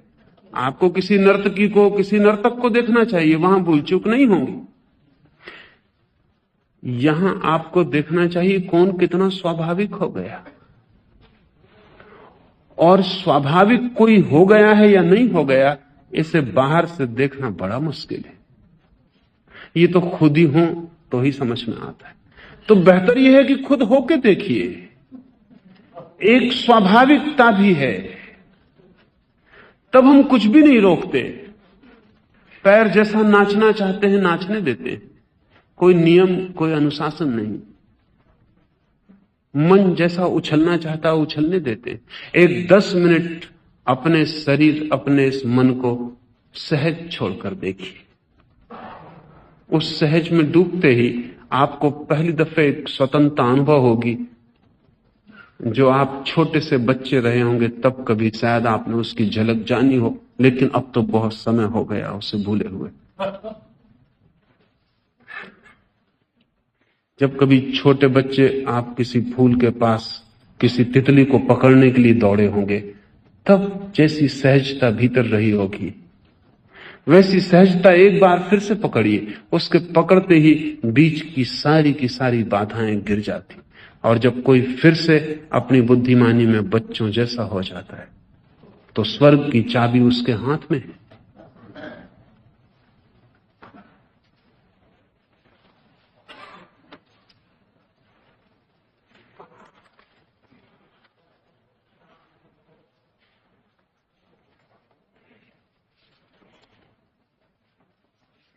छोटे छोटे 2-4 सवाल।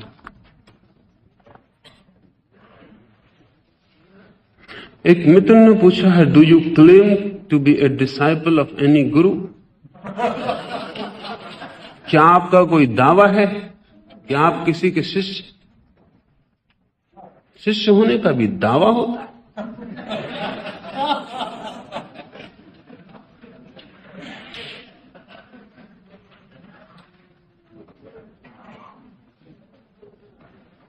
और शिष्य होना बताया जा सकता है अगर कोई एकांत का शिष्य हो। पूरी जिंदगी ही गुरु है, और जिसकी आंखें खुली हैं वो एक क्षण भी बिना सीखे नहीं रह सकता। रास्ते के पत्थरों से भी सीख लेगा, फूलों से भी सीख लेगा, आकाश के तारों से भी सीख लेगा। जो गाली देंगे उनसे भी सीख लेगा, जो फूल चढ़ाएंगे उनसे भी सीख लेगा। अगर सीखने की कला आ गई हो तो आप शिष्य होते हैं और ये सारा जगत गुरु होता है। सीखने की कला नहीं आती, इसलिए हम एकांत को गुरु बना लेते हैं। ऐसा समझें कि आप अपने घर में छिपे हैं और एक छोटा सा छेद कर लेते हैं, उसमें से आकाश को देखते हैं। कोई आदमी आकाश के नीचे खड़ा है, घर ही छोड़ दिया। जब एक छोटे से छेद से इतना आकाश दिखता था तो सोचा कि अब सब दीवारों को गिरा ही तो बाहर ही खड़े हो जाओ। स्वभावता आप अपने घर के भीतर से पूछेंगे कि मैं इस नंबर 1 के छेद से देख रहा हूं, आपने किस छेद से आकाश को देखा? और वो जो आदमी आकाश के नीचे खड़ा है वो आपको क्या कहे, क्या दावा करे कि किस छेद से उसने आकाश को देखा? उसकी बड़ी मुसीबत होगी। वो कहेगा छेद तो कहीं दिखाई नहीं पड़ता, आकाश ही आकाश है। जब सीखने की क्षमता पूरी होती है तो गुरु कहीं भी नहीं दिखाई पड़ता, क्योंकि गुरु ही गुरु है, आकाश ही आकाश है। तो मेरा कोई दावा नहीं। और ध्यान रहे, शिष्य होने का कोई दावा नहीं होता, और गुरु होने का तो दावा हो ही नहीं सकता। क्योंकि जो आदमी दावा करता हो मैं गुरु हूं, अभी वो इतना भी नहीं सीख पाया, इतना भी नहीं सीख पाया कि गुरु होकर सत्य में कोई भी प्रवेश नहीं। इसलिए जो गुरु के दावेदार हैं कि हम गुरु हैं, जानना कि गुरु नहीं हो सकते। गुरु दावेदार नहीं होता। शिष्य दावा कर सकता है कि फला व्यक्ति मेरा गुरु है, गुरु दावा नहीं कर सकता। और शिष्य भी तभी तक दावा कर सकता है जब तक कभी पूरी तरह शिष्यत्व उसमें खिला नहीं तो फिर सारा जगत गुरु हो जाए, सारी दिशाएं गुरु हो जाए। शिष्यत्व का अर्थ है सीखने की क्षमता। गुरु को पकड़ने की आदत नहीं, सीखने की क्षमता। एक नदी बहती है, कितने किनारों को छूती हुई, कितने पहाड़ों को पार करती हुई। उससे कोई पूछे कि किस घाट का तुम्हारा दावा है, तो नदी कहेगी बहुत घाट थे, घाट ही घाट थे। अब उनका नाम लेना भी मुश्किल है। अगर आप जिए हैं, ठीक से जाग कर जिए हैं, तो आपने सबसे सीखा है। असंभव है ये कि आप किसी बात से सीखे बिना बच जाएं, लेकिन हम अंधे लोग हैं, इसलिए हम गुरु को भी बनाते हैं। गुरु बनाने का मतलब ही यह है कि आपको शिष्य होने की कला अभी नहीं आई, नहीं तो गुरु क्या बनाना है, शिष्य हो जाना है। गुरु नहीं बनाना है, शिष्य हो जाना है। लेकिन हम गुरु बनाते हैं। हम गुरु इसलिए बनाते हैं ताकि दूसरों से सीखने से बचे। हमारा डर यह है कि सबसे सीखेंगे तो डूबे, एक को पकड़ लें सहारा पक्का, सब तरफ द्वार दरवाजे बंद कर लें। हम ऐसे लोग हैं कि हम सोचते हैं कि हम तो एक खिड़की पर खड़े होकर श्वास ले लेंगे और बाकी सब खिड़कियों पर सांस बंद रखेंगे। मर जाएंगे। जगत चारों तरफ से दे रहा है, इसे लेने में इतनी कंजूसी क्या है? सब तरफ से श्वास लें, शिष्य हो जाएं, गुरु की फिक्र छोड़ें। और जब आप शिष्य हो जाएंगे तो कदम कदम पर गुरु उपलब्ध होने लगेगा। जब मैं ये कहता हूं कदम कदम पर गुरु उपलब्ध होने लगेगा, इसका ये मतलब नहीं कि कोई एक बुद्ध आपको या कोई एक महावीर आपको पकड़ जाएगा और फिर आपके साथ बना रहेगा। जिंदगी अनंत है। बुद्ध का अंतिम दिन था और आनंद छाती पीट कर रोने लगा और उसने कहा कि आपके रहते मुझे ज्ञान नहीं हुआ और अब आप जा रहे हैं तो मेरा क्या होगा? तो बुद्ध ने कहा, आनंद पागल मत बन, मुझसे पहले हजारों बुद्ध हुए, मुझसे बाद हजारों बुद्ध होते रहेंगे। और अगर तू सीखने में कुशल है तो तुझे हर कदम पे बुद्ध मिल जाएंगे। और अगर तू सीखने में कुशल नहीं तो 40 साल से तू मेरे साथ ही था, इससे भी तूने क्या सीख लिया है? बड़े मजे की बात है कि 40 साल तू मेरे साथ था और तू कहता है कि तुझे ज्ञान नहीं हुआ, और अब जब मैं मर रहा हूं तो रो रहा है कि आप छूट जाएंगे तब ज्ञान कैसा होगा? मेरे साथ 40 साल में नहीं हुआ, तब मेरे मरने से रोने की क्या जरूरत है? 40 साल में नहीं हुआ, 40 जन्मों में भी नहीं होगा।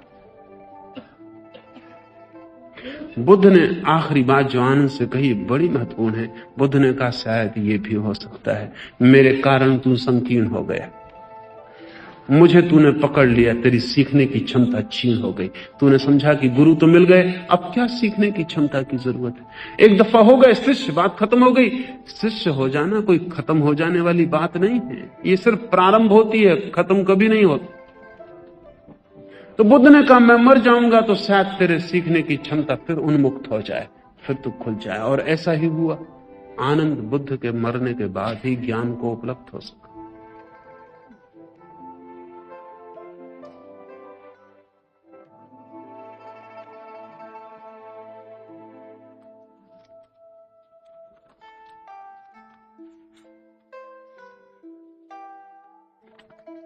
एक मित्र ने कहा कि why do you call yourself भगवान?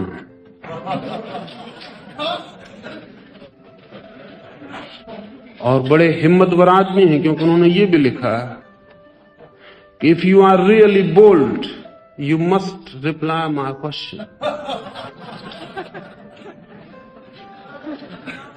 पूछा, आप अपने को भगवान क्यों कहते हैं?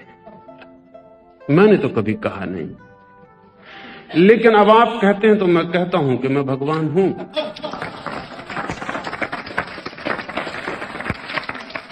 और ये इसलिए कहता हूं कि भगवान के सिवाय और कुछ होने का उपाय ही नहीं। आप भी भगवान हैं। भगवान के सिवाय इस जगत में और कुछ भी नहीं। तो अगर कोई दावा करता हो कि मैं भगवान हूं और आप भगवान नहीं हैं, तब यह दावा अपराधपूर्ण है। मैंने कभी कोई दावा नहीं किया, मैंने कभी कहा भी नहीं, पर इससे उल्टी बात भी मैं नहीं कह सकता हूं कि मैं भगवान नहीं, क्योंकि वो तो सरासर असत्य होगा। इतना ही कह सकता हूं कि भगवान के सिवाय कुछ भी नहीं है। और अब मैं क्या कर सकता हूं, क्योंकि भगवान के सिवाय कुछ भी नहीं है। आप भी भगवान हैं। इसका पता ना हो यह हो सकता है, इसका पता हो यह हो सकता है। जिसको पता नहीं है उसे पता करने की कोशिश करनी चाहिए। भगवान का अर्थ है अस्तित्व, शुद्धतम अस्तित्व। वो जो हम हैं अपने मौलिक स्वभाव में, उसका नाम ही भगवत्ता है। लेकिन हमारे मन में भगवान की न मालूम क्या क्या धारणाएं, उससे तकलीफ होती। कोई सोचता है भगवान वो जिसने दुनिया को बनाया, तो स्वभाव तो मैंने दुनिया को नहीं बनाया,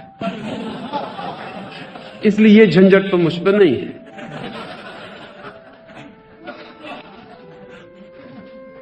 कोई सोचता है कि अगर भगवान है, मेरे पास पत्र आता, वो कहते अगर आप भगवान हैं तो मैं गरीब हूं, मेरी गरीबी मिटा के दिखाइए। अगर आप भगवान हैं तो मेरी आंखें खराब हैं, आंखें ठीक करके बताइए।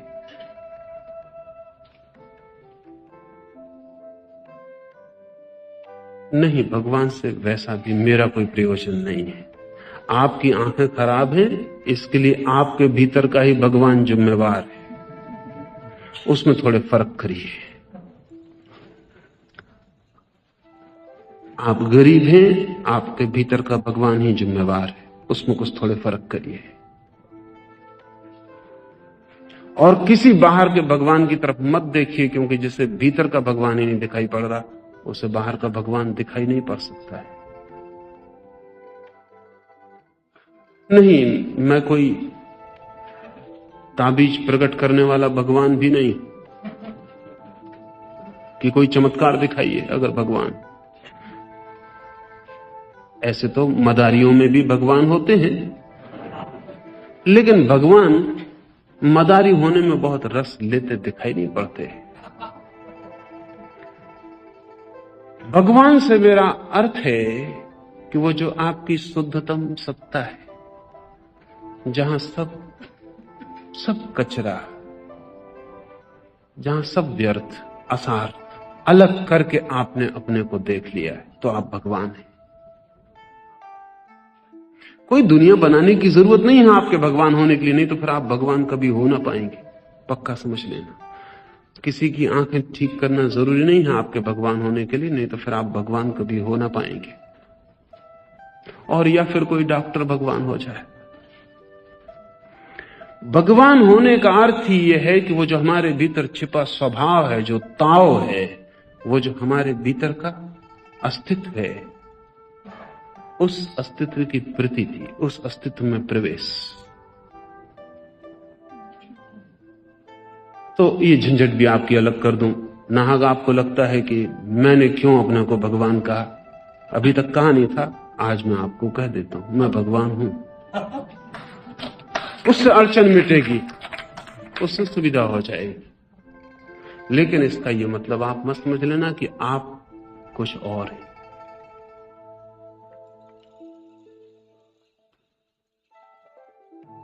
आप भी वही हैं। देर अबेर होगी आपको पहचानने में,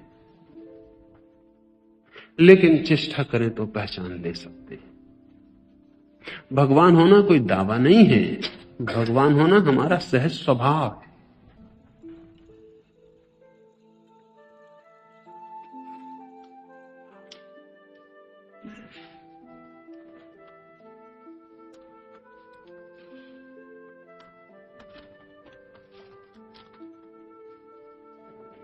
शेष प्रश्न तो पुनरुक्तियां हैं।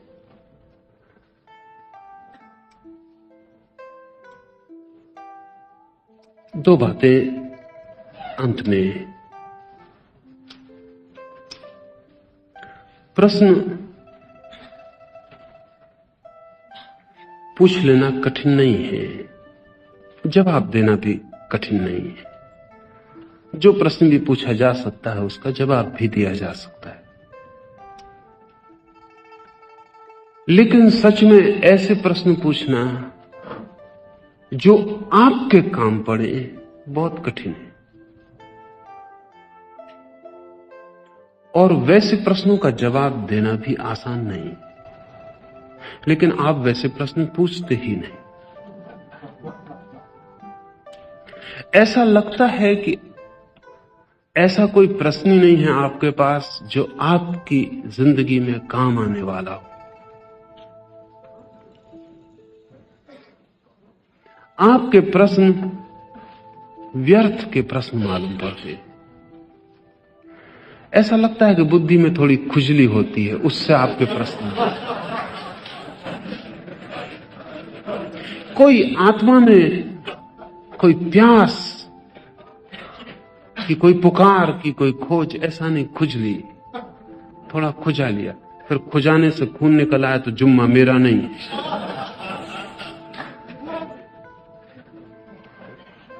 फिर पीछे तकलीफ हो तो जुम्मा मेरा नहीं। अपनी तरफ हमारा शायद ध्यान नहीं है, शायद हमें ख्याल ही नहीं है कि हम कुछ और भी हो सकते हैं जो हम हैं।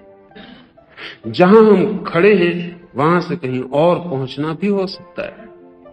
हमारा जीवन भी यात्रा बन सकता है।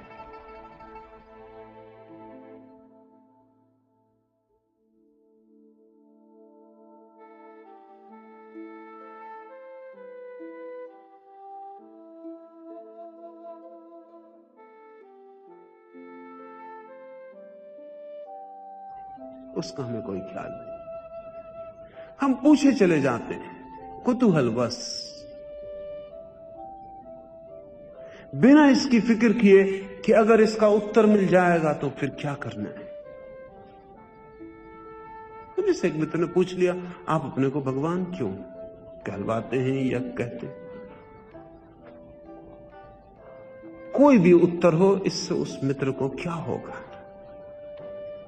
कोई भी उत्तर हो, मैं कह दूं मैं भगवान हूं, मैं कह दूं मैं भगवान नहीं हूं, इससे उस मित्र को क्या होगा? मेरे संबंध में दिया गया कोई भी वक्तव्य उस मित्र को क्या लाने वाला है? खुजली है, थोड़ी खरोंच लग जाएगी, तकलीफ होगी। जिस मित्र ने पूछा है वो परेशान घर लौटेगा। अगर जवाब ना दूं तो वो समझेगा कि मैं हिम्मतवर नहीं हूं, जवाब दूं तो उसकी खुजली में खून निकलेगा, वो भी मुझे पता है। प्रश्न से उसे कोई हल नहीं होने वाला है, कोई राहत नहीं मिलने वाली है, फिर किस लिए पूछा है? हमें ख्याल ही नहीं हम क्यों पूछ रहे हैं। इसलिए हम बहुत से प्रश्न पूछते हैं, बहुत से उत्तर इकट्ठे कर लेते हैं और हम वैसे के वैसे ही रह जाते हैं जैसे थे। आगे के लिए आपसे कहता हूं, थोड़ा सोचकर पूछें और सोचने के लिए एक कसौटी रख लें कि इसका जो उत्तर मिलेगा उससे मैं क्या कर सकता हूं। एक गांव में मैं था, दो बूढ़े मेरे पास आए, एक जैन था एक हिंदू था, दोनों पड़ोसी। दोनों ने मुझसे कहा कि हमारा 50 साल का विवाद है। दोनों साथ पढ़े, दोनों बड़े साथ। ये हिंदू है, मैं जैन हूं। मैं जैन हूं, मैं मानता हूं कि किसी ईश्वर ने जगत को नहीं बनाया। ये हिंदू है, ये मानता है कि जगत को ईश्वर ने बनाया। इसमें कुछ निर्णय नहीं हो पाता, विवाद होता रहता है, अब तक कोई हल नहीं हुआ। आप आए हैं, आप हल कर दें। मैंने उनसे कहा कि अगर मैं हल भी कर दूं तो फिर तुम क्या करोगे? अगर ये पक्का हो जाए कि जगत ईश्वर ने बनाया, फिर तुम्हारे क्या इरादे? अगर ये पक्का हो जाए कि जगत ईश्वर ने नहीं बनाया, तो तुम्हारे क्या इरादे? उन्होंने कहा, इरादे का क्या सवाल?